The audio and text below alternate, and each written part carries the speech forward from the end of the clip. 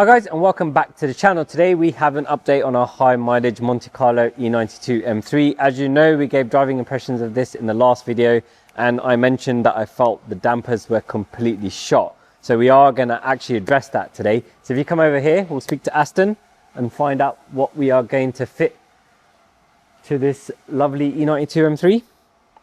Well, Aston? You alright? Yeah, what's going on? Yeah, we're finally doing something on an E92 M3 that isn't rod bearings. Oh, that's a shame. So yeah, we're going to fit the standard shocks from the red one. Yep.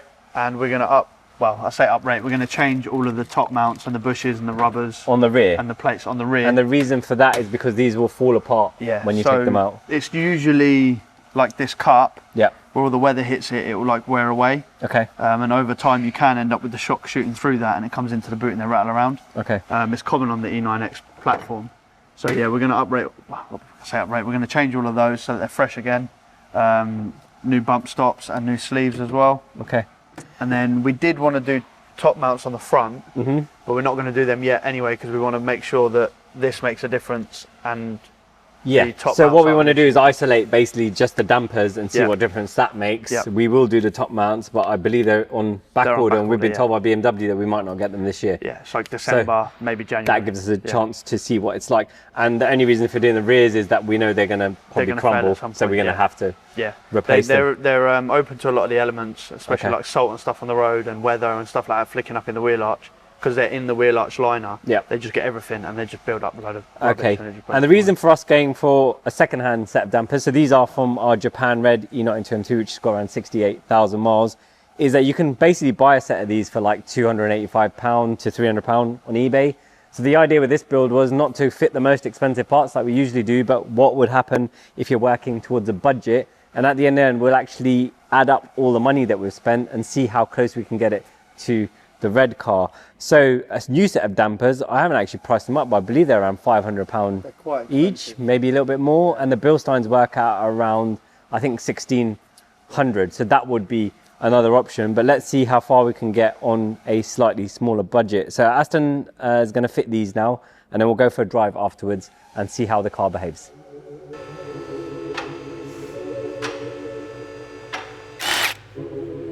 Look at the state of those.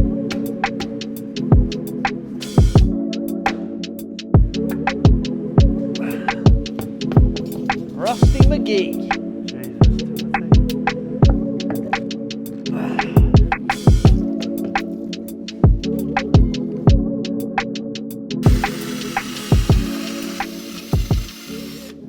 So the car's up in the air, I've taken the wheels off. They were solid to the hub, so we've cleaned those up. We're going to grease them up before we put the wheels back on. We can now start looking at what suspension components we need to remove. So one of them will be the drop link from the shock, which is just up here. We are going to change the drop links at a later date, but we won't do that today because we're focusing just on the shocks. Along with that, we'll remove the pinch bolt from the hub, which obviously holds the shock into the hub. And we'll remove all of the brake lines, ABS lines, stuff like that, so that we've got free movement to drop the shock out. So I am going to spray everything up because they're going to be seized probably like the wheels were. The method we use on the front is the same as what we do on like the F8 chassis and the M2 and stuff like that. We use the car as a spring compressor, so we'll bring the car down to the floor, place a jack underneath the lower arm and disconnect the top mount nut in the center, and then use the jack to lower that down to release the pressure off the spring, pull the shock out, pull it out of the hub, and then we can change it over for the other one. So now that I've gone through briefly what we're going to do, we'll get cracking on.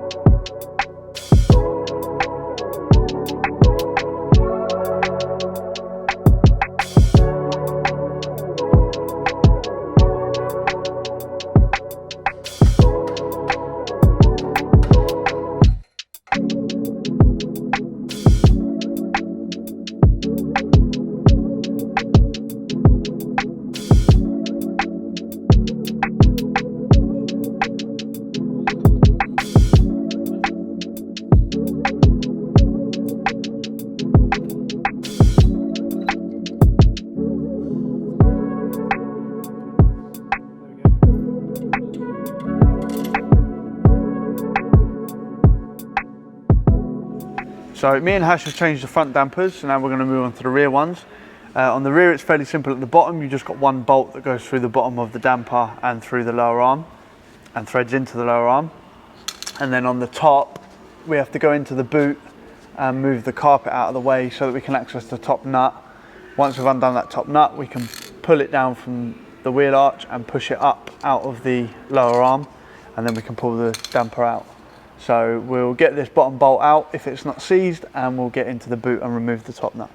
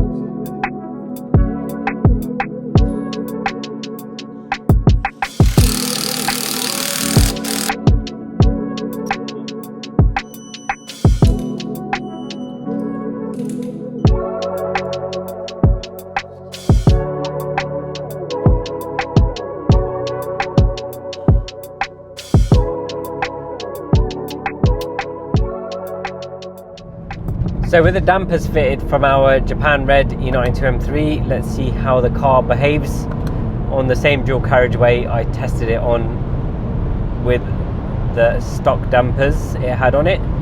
So they'd done 152,000 miles, they hadn't been changed, and they, quite frankly, they weren't operating anymore, they weren't doing any damping. But I can see straight away now that on these surfaces where the road has some dips, it is now going up, but it's settling and actually has some control, whereas before it didn't. So that's made quite a big difference. EDC is in normal mode at the moment, so I'll switch it over to EDC 1. I can tell there's a difference, it's slightly stiffer, but again the car is stable on this surface. So we didn't change the springs because the springs did look like they had been changed and didn't seem like there was anything really wrong with them. We just wanted to make one change and see what the difference was. So I'm going to put it in EDC 2, which is the stiffest mode. Yeah, you can definitely feel a difference, a lot stiffer, but still has some damping control.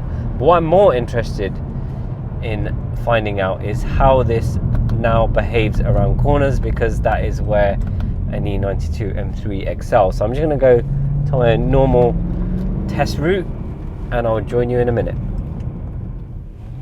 So this is one of our normal test routes. Okay, I can see a problem straight away.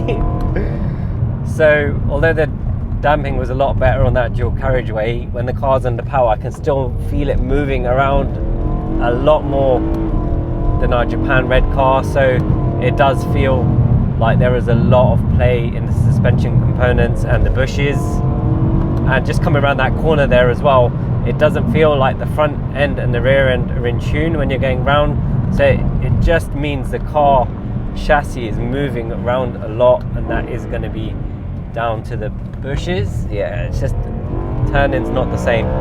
So although it's an E92 M3, it's not an E92 M3 that we know and love, and the whole point of this series is to see what needs addressing. We started with the dampers because that was the most obvious thing that was wrong with the car. Yeah, I just don't have as much confidence as I normally would do, and even on the upshifts when I'm going quite fast, when the car changes gear you can just feel the back end just having a little squiggle. Yes, that is a technical term. Don't get me wrong, it's still kind of nice to drive, and if you haven't driven one before you'd probably still think that this is a great car, but when you've driven one that is a very good version of this car, you start picking up its flaws.